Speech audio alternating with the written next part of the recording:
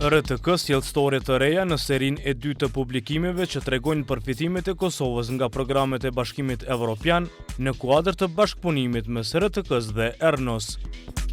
Sa janë duke investuar bizneset prodhuese në Kosovë në instalimin e paneleve solare? Sa përqind e ul kostin e faturave të energjisë instalimi i tyre? Çfarë thon kompanitë që merren me instalimin e tyre? Cilat janë përfitimet e tjera përveç çmimit të faturave? Çfarë dritare të veçantë ka Fondi Kosovar për Garanci Kreditore sa i përket energjisë së ripërtritshme? Sa milion euro fonde të BE-s janë dedikuar edhe për eficiencë të energjisë? Në kuadër të storieve të shteteve të tjera do të mund të ndiqni edhe për përfitimet e Malit të Zi në investimet për rindërtimin e një termocentrali. Reformat e Shqipërisë si kusht për përfitim nga plani i rritjes së BE-s.